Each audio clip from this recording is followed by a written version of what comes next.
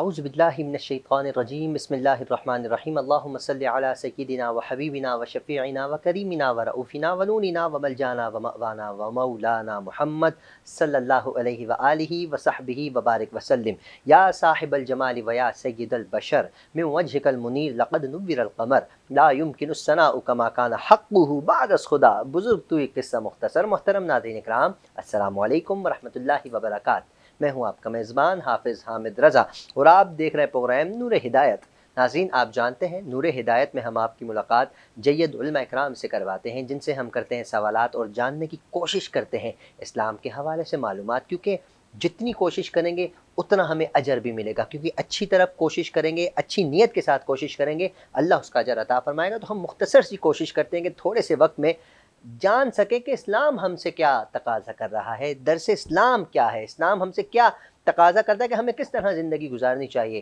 ہم اسی چیز کو سامنے رکھتے ہوئے مختصر سے موضوعات لے کر حاضر ہوتے ہیں۔ آج کا بھی ہمارا کوئی موضوع لے کر حاضر ہیں، اس پر ہم گفتگو کریں گے حضور پاک صلی اللہ علیہ وآلہ وسلم کی اپنی امت پر شفقت۔ ہم نے لاسٹ ٹائم ایک پروگرام کیا تھا، اس پر حضور کی محبت تھی۔ آج شفقت کی بات کریں گے کہ سرکار کی شفقتیں کتنی ہیں، کیونکہ ہم بہت گناہ گار ہیں۔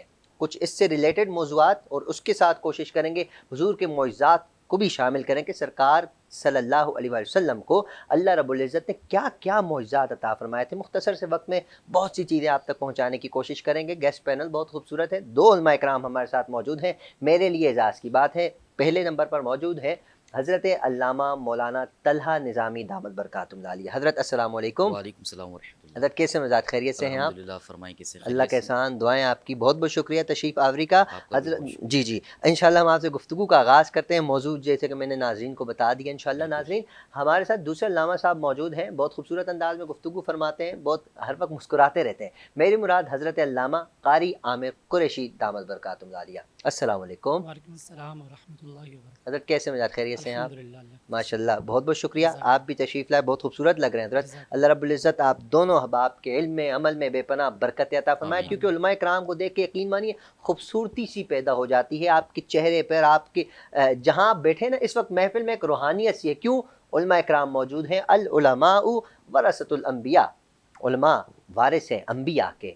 آج ہم کوشش کریں گے مختصر سے وقت میں جانیں۔ حضرت ارشاد فرمائیے گا سرکار دو عالم صلی اللہ علیہ وآلہ وسلم کے اپنی امت پر شفقت قرآن کی روشنی میں۔ اعوذ باللہ من الشیطان الرجیم، بسم اللہ الرحمن الرحیم۔ اللہم صلی علی سیدنا و مولانا محمد خاتم النبیین وعلی آلہ و اصحابہ اجمعین۔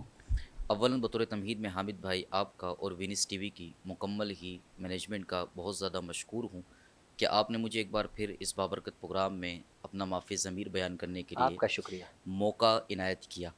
نبی کریم صلی اللہ تعالیٰ علیہ وسلم کی اپنی امت پر شفقت بے مثل و بے مثال ہے۔ واجبہ، بے قرآن شک۔ کریم فرقان حمید میں اللہ جل وعلا نبی کریم صلی اللہ تعالیٰ علیہ وسلم کی اس امت پر شفقت اور مہربانی اور کرم اور رحمت کو بیان کرتے ہوئے ارشاد فرماتا کہ سورہ توبہ کی آیت مقدسہ کے اللہ فرماتا کہ لقد جاءکم رسول من انفسکم، ضرور تمہارے پاس تمہیں میں سے ایک رسول آیا کہ عزیز علیہ ما انتم، اس رسول پر تمہارا مشقت میں پڑ جانا، تمہارا پریشان ہو جانا گرا گزرتا کہ حریص علیکم، یہ رسول پاک جو ہیں تمہاری بھلائی کی، تمہاری ہدایت کی بہت زیادہ طمع رکھنے والے ہیں۔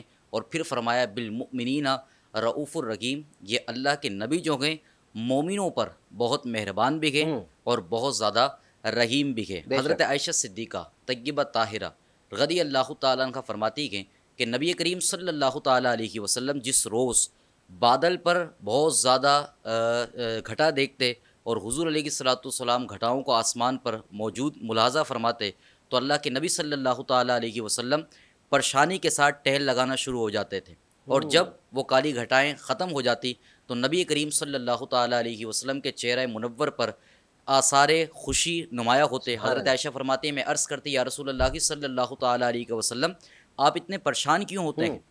تو حضور سرور کائنات صلی اللہ تعالیٰ علیہ وسلم فرماتے ہیں عائشہ میں خوف کرتا ہوں کہ کہیں میری امت پر بھی وہ عذاب نہ آ جائے کہ جو اللہ نے قوم عاد اور قوم سمود پر نازل فرمایا گیا۔ اس کے علاوہ نبی کریم صلی اللہ تعالیٰ علیہ وسلم کا واضح فرمان کہ حضور فرماتے ہیں میری اور میری امت کی مثال اس شخص کی طرح ہیں کہ جس نے ایک شمع روشن کی گئی، اور شمع روشن ہونے کے بعد جوک در جوک کثیر پروانے اس شمع میں آ کر گر رہے ہیں، اور وہ شمع روشن کرنے والا پروانوں کو دور کر رکھا گئے۔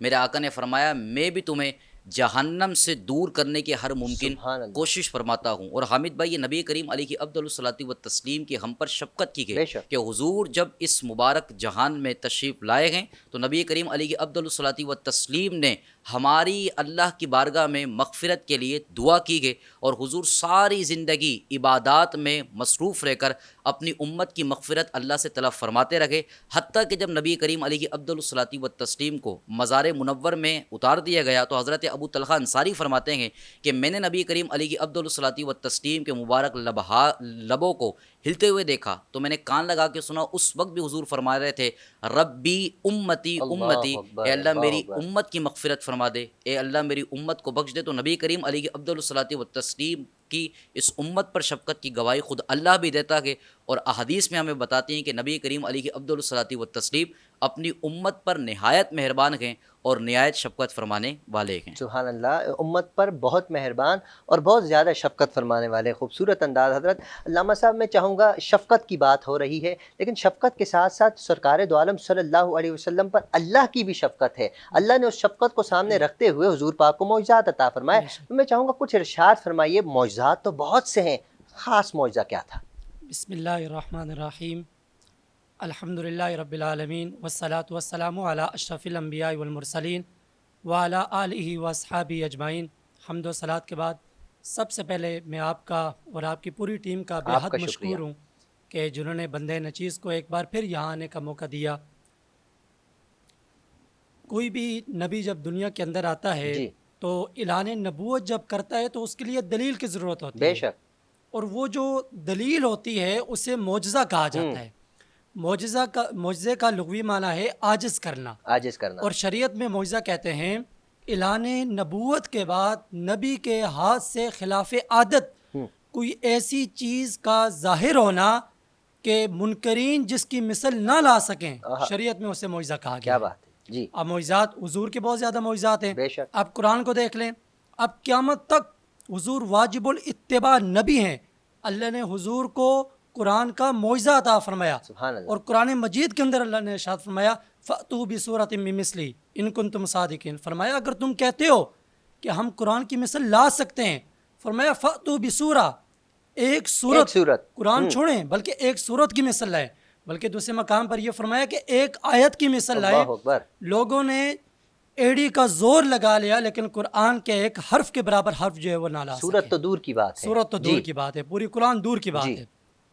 اور پھر اللہ پاک نے حضور کو معراج کا معجزہ عطا فرمایا، اور اس کے ساتھ ساتھ اللہ پاک نے حضرت جابر بن عبداللہ رضی اللہ تعالیٰ عنہ، آپ ارشاد فرماتے ہیں کہ حدیبیہ کے دن، حدیبیہ کے موقع پر حضور کے سامنے ایک برتن رکھا ہوا تھا، حضور اس سے وضو فرما رہے تھے، تو صحابہ حضرت جابر بن عبداللہ فرماتے ہیں کہ ہمارے پاس پانی ختم ہو گیا، ہمارے پاس پینے کے لیے پانی نہیں تھا، صحابہ اکرام کو پیاس لگ گئی، صحابہ حضور کی طرف جھپٹے، حضور نے فرمایا صحابہ تمہیں کیا ہو گیا ہے؟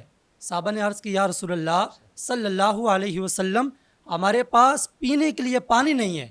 حضور کے سامنے جو برتن پڑا ہوا تھا، حضور نے اپنا دست مبارک، اپنا ہاتھ مبارک اس برتن کے اندر رکھا، حضور کی انگلیوں کے درمیان سے چشموں کی طرح پانی پھوٹنے لگا۔ سبحان اللہ، سبحان اللہ، معجزہ ہے، معجزہ ہے حضور کا، بے شک۔ حضور کی انگلیوں کے درمیان سے چشمے کی طرح پانی کا نکلنا، یہ حضور کا یہ معجزہ ہے۔ اللہ کی شفقت ہے سرکار پر، بے شک شفقت ہے امت پر، کہ جب مشکل میں تھی امت، جب حضور کے صحابہ مشکل میں تھے، پانی نہیں تھی، پیاس لگی ہوئی تھی، تو اس وقت حضور نے انگلیوں کے درمیان سے پانی نکال کر صحابہ کو دیا۔ سبحان اللہ، یہ کیا بات شفقت ہے، بھی ہے اور یہ معجزہ بھی ہے، بے شک۔ اور پھر حضرت جابر فرماتے ہیں کہ ہم نے خوب سیراب ہو کر پیا بھی اور اس سے وضو بھی فرمایا۔ اور سالم، حضرت سالم جو راوی حدیث ہے، وہ فرماتے ہیں میں نے حضرت جابر سے پوچھا اس وقت آپ کی تعداد کتنی تھی؟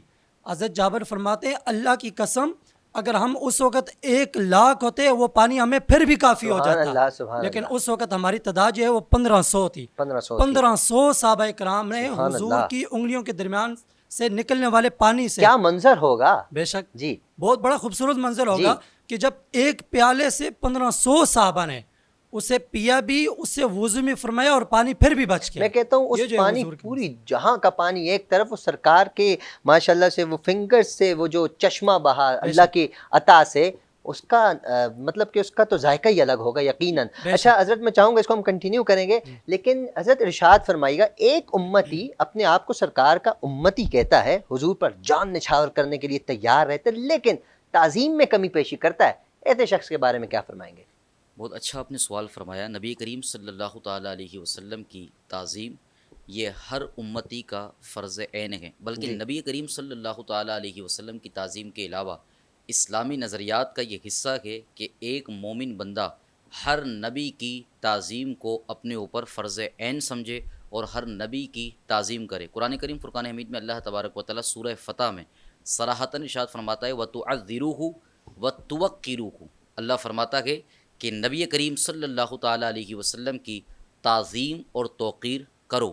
اب اگر کوئی نبی کریم علیہ افضل الصلاۃ والتسلیم کا امتی ہونے کا دعوے دار ہے, لیکن وہ سید الانبیاء حبیب کبریا صلی اللہ تعالیٰ علیہ وسلم کی تعظیم میں کمی کرتا ہے, حضور کی شان میں تنقیصات کرتا ہے, نبی کریم صلی اللہ تعالیٰ علیہ وسلم کے طرز حیات یا حضور علیہ الصلاۃ والسلام کی سنتیں یا حضور کی تبلیغ کے معاملات میں وہ کوئی عیب جوئی کرتا ہے, تو در حقیقت وہ امتی نہیں ہیں, ایسا شخص بد مذہب ہے, ایسا شخص بد دین ہے. اور نبی کریم صلی اللہ تعالیٰ علیہ وسلم کی اگر کوئی اہانت کرتا ہے, کسی بھی زاویے سے اہانت ہو, اللہ تبارک و تعالیٰ کے نبی کے قلب پر اپنی توہین اپنی تنقیص کی بنا پر اذیت ہوتی ہے, اور اللہ تبارک و تعالیٰ نے صراحتاً سورہ احزاب میں فرمایا ان الذین یؤذون اللہ ورسولہ, جو لوگ اللہ اور اس کے رسول کو اذیت دیتے ہیں, ہوتا کیا کہ لعنہم اللہ فی الدنیا والآخرہ, وہ اللہ کے نزدیک دنیا اور آخرت میں ملعون ہیں, وَأَعَدَّ لَهُمْ عَذَابًا مُهِينًا, اور اللہ تبارک و تعالیٰ نبی کریم صلی اللہ تعالیٰ علیہ وسلم کی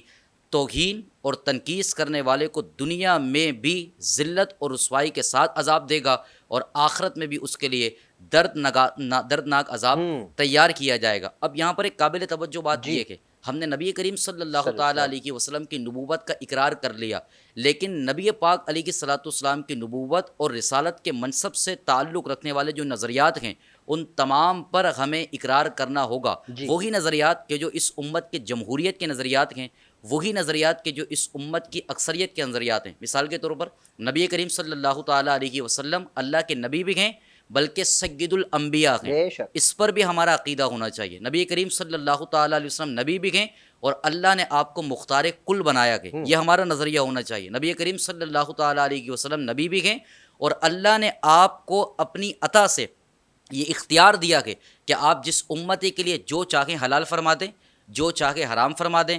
آپ نے اس امت کے لیے جتنے بھی معمولات اور جتنے بھی مسائل بیان فرمائے گئے, ان تمام مسائل اور ان تمام معمولات کو ادب کی نگاہ سے دیکھنا, تعظیم کی نگاہ سے دیکھنا ہر امتی کا فرض عین ہے. ذرہ برابر بھی حضور کی شان میں تنقیص اور توہین کرنے والا وہ در حقیقت امتی نہیں ہیں, بد مذہب ہے, بد دین ہیں, دنیا اور آخرت میں ملعون ہیں, اور آخرت کے عذاب میں پھر مبتلا بھی اسے کیا جائے گا. تاجدار انبیاء کی آپ نے بات کی علامہ صاحب, میں چاہوں گا حضرت آپ جو معجزات کا ذکر کر رہے تھے اسی کو کنٹینیو کریں. ارشاد فرمائیے سرکار دو عالم صلی اللہ علیہ وسلم کے معجزات اور باقی انبیاء کے معجزات, فرق ارشاد فرمائیے گا. نبی اکرم صلی اللہ علیہ وآلہ وسلم کو اللہ پاک نے بہت زیادہ معجزات عطا فرمائے, اور باقی انبیاء کو اللہ نے جو معجزات عطا فرمائے وہ ہمارے نبی کے نور کے فیض سے ملا ہے. کیا بات, اعلیٰ حضرت کیا فرماتے ہیں, لا ورب العرش, جس کو جو ملا ان سے ملا, بنتی ہے کونین میں نعمت رسول اللہ. سبحان اللہ, یہ تو حضور کی نعمت ہے جو پورے جہان کو ملی تم سے اور جنت سے کیا مطلب ہے, ممکن دور ہو, ہم رسول اللہ کے, جنت رسول اللہ کی. سبحان اللہ, یہ تو حضور والوں کی جنت ہے, ہم رسول اللہ کے, جنت رسول اللہ کی. جو کچھ بھی ملا ہے, جس کو بھی ملا ہے, وہ حضور کے صدقے سے ملا ہے, حضور کے در سے ملا ہے. حضرت ابراہیم علیہ السلام, اللہ پاک نے ابراہیم علیہ السلام کو زمین پر کھڑا کر کے آسمان و زمین کی نشانیاں دکھائی, لیکن جب باری آئی محمد مصطفیٰ کی, جب باری آئی عرب کے تاج کی, جب باری آئی میرے اور آپ کے نبی کی, اللہ نے افضل ترین فرشتہ بھیج کر اپنے محبوب کو نیند سے جگا کر آسمانوں کے اوپر بلا کر اپنی نشانی. سبحان اللہ, شب معراج, سبحان اللہ, شب معراج. اور دوسرا حضرت موسیٰ علیہ السلام نے عرض کی کہ مالک میں تجھ سے کلام کرنا چاہتا ہوں, وکلم اللہ موسیٰ تکلیما, مولا کریم میں تجھ سے کلام کرنا چاہتا ہوں. اللہ نے کلام فرمایا. موسیٰ علیہ السلام نے عرض کی مالک میں تجھے دیکھنا چاہتا ہوں. اللہ نے فرمایا پتھر کو دیکھیں, اگر وہ اپنی جگہ پہ رکا رہا آپ میرا دیدار کر سکو گے. تو جب موسیٰ علیہ السلام نے پتھر کی طرف دیکھا وَخَرَّ مُوسَىٰ صَعِقًا, موسیٰ علیہ السلام بے ہوش ہو کے زمین پہ گر گئے. اللہ اکبر. لیکن باری آئی جب محمد صلی مصطفیٰ اللہ کی, علیہ وسلم. اللہ تعالیٰ نے قرآن کے اندر ارشاد فرمایا ثُمَّ دَنَا فَتَدَلَّىٰ آہا. فَكَانَ قَابَ قَابَ قَوْسَيْنِ قَوْسَيْنِ أَوْ أَوْ أَدْنَىٰ فَأَوْحَىٰ إِلَىٰ عَبْدِهِ مَا أَوْحَىٰ. اللہ نے عرش کے اوپر بلا کر جو ہے وہ اپنے محبوب کو دیدار کروایا. اور پھر ہر دور کے اندر کتنا قریب بھی ہوئے. بے شک. سبحان اللہ سبحان اللہ. جی اب اللہ جانتا ہے یہ اللہ کا جی، بے محبوب شک. جانتے ہیں کتنا قریب جی. ہوئے. ہماری عقل جو ہے عقل کے اندر یہ چیز نہیں آتی کہ حضور کتنا قریب ہوئے جی. تھے. اور آخری فرق یہ ہے کہ ہر نبی کو جو معجزہ دیا جی. اس دور کے مطابق دیا. حضرت موسیٰ علیہ السلام کے دور کے اندر جادو زور پر تھا, جادو کا دور تھا, اس حوالے سے انہیں معجزہ دیا. حضرت ابراہیم علیہ السلام کے, حضرت عیسیٰ علیہ السلام کے دور کے اندر جو ہے وہ طب کا عروج تھا, اس حوالے سے ان کو دیا. اسی طرح حضرت سلیمان علیہ السلام کے دور کے اندر جادو اور جنات کی کثرت تھی, اس حوالے سے معجزہ دیا. لیکن چونکہ حضور قیامت تک واجب الاتباع نبی تھے, واجب الاتباع نبی ہیں, اللہ تعالیٰ نے جادو, فصاحت, بلاغت, طب, سائنس, سیٹلائٹ, ہر قسم کے معجزات اللہ پاک نے اپنے محبوب کا عطا فرمائے. بے شک. جادو کے مقابلے میں اللہ نے حضور کی انگلی کے اشارے سے چاند کے 2 ٹکڑے کر دیے. کوئی کر ہی نہیں سکتا. کوئی کر ہی جی. نہیں سکتا. فساد و بلاغت کے مقابلے میں اللہ نے جادو وہاں پہنچ ہی نہیں سکتا. بے شک. جی سبحان اللہ. فساد کے مقابلے میں, فساد و بلاغت کے مقابلے میں اللہ پاک نے اپنے محبوب کو قرآن کا معجزہ عطا فرمایا جس کی مثل کوئی لا ہی نہیں لا ہی سکتا. نہیں سکتا, اور ایک پھر آیت بھی نہیں. جب سائنس کا دور آنا تھا, سائنس نے خلا کا سفر کرنا تھا, اللہ پاک نے اپنے محبوب کو معراج کا معجزہ عطا فرما سبحان دیا. اللہ سبحان وہاں اللہ. تک کوئی جا ہی نہیں سکتا جہاں تک حضور گئے. اور پھر سیٹلائٹ کا دور آنا جی تھا, جی. تو اس وقت اللہ پاک نے اپنے محبوب کے سامنے ساری دنیا رکھ دی. حضور نے خود ارشاد فرمایا اللہ پاک نے دنیا کو میرے لیے بلند کر دیا.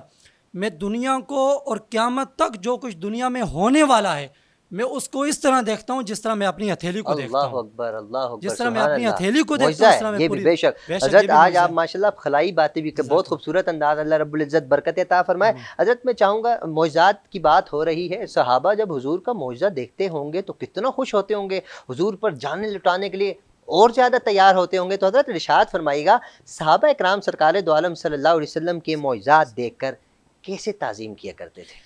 نبی کریم صلی اللہ تعالیٰ علیہ وسلم کی تعظیم کا جو حق کامل ہے وہ صرف صحابہ کرام علیہم رضوان نے ہی ادا بے شک فرمایا ہے.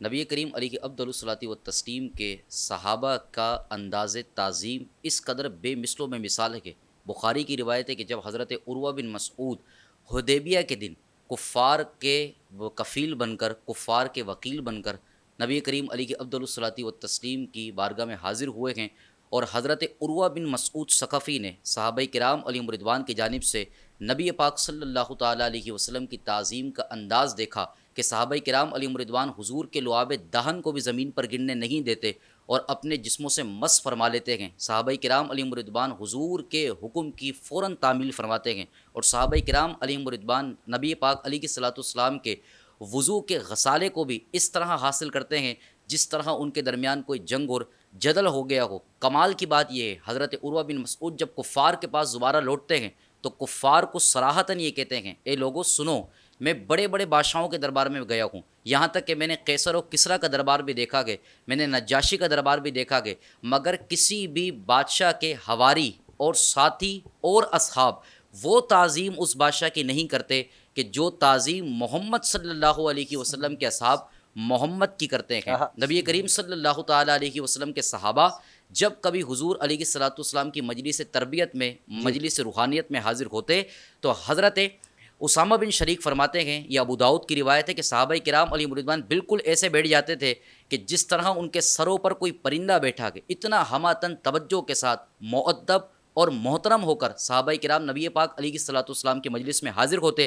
اس کے علاوہ مسلم کی روایت ہے, حضرت انس بن مالک فرماتے ہیں حامد بھائی کہ نبی کریم علیہ الصلاۃ والسلام جب کبھی اپنے بال مبارک ترشواتے تو صحابہ کرام حضور کے ارد گرد چکر لگانا شروع ہو جاتے اور نبی پاک کا ایک بال بھی صحابہ زمین پر گرنے نہیں دیتے. سارے نبی پاک کے منہ مبارک صحابہ کرام علیہم رضوان محفوظ فرما لیتے. تو یہ صحابہ کا انداز تعظیم ہے جو صحابہ کرام علیہم رضوان نے نبی کریم صلی اللہ تعالیٰ علیہ وسلم کا ہمیں کر کے دکھایا ہے. اس کے علاوہ مشکات کی بڑی روایات ہیں، جیسا کہ حضرت ابو ہریرہ رضی اللہ تعالیٰ عنہ ایک مرتبہ ایک راستے سے گزرے، آپ کی نگاہ ایک جماعت پر پڑی، وہ جماعت بھنی ہوئی بکری کھا رہی تھی.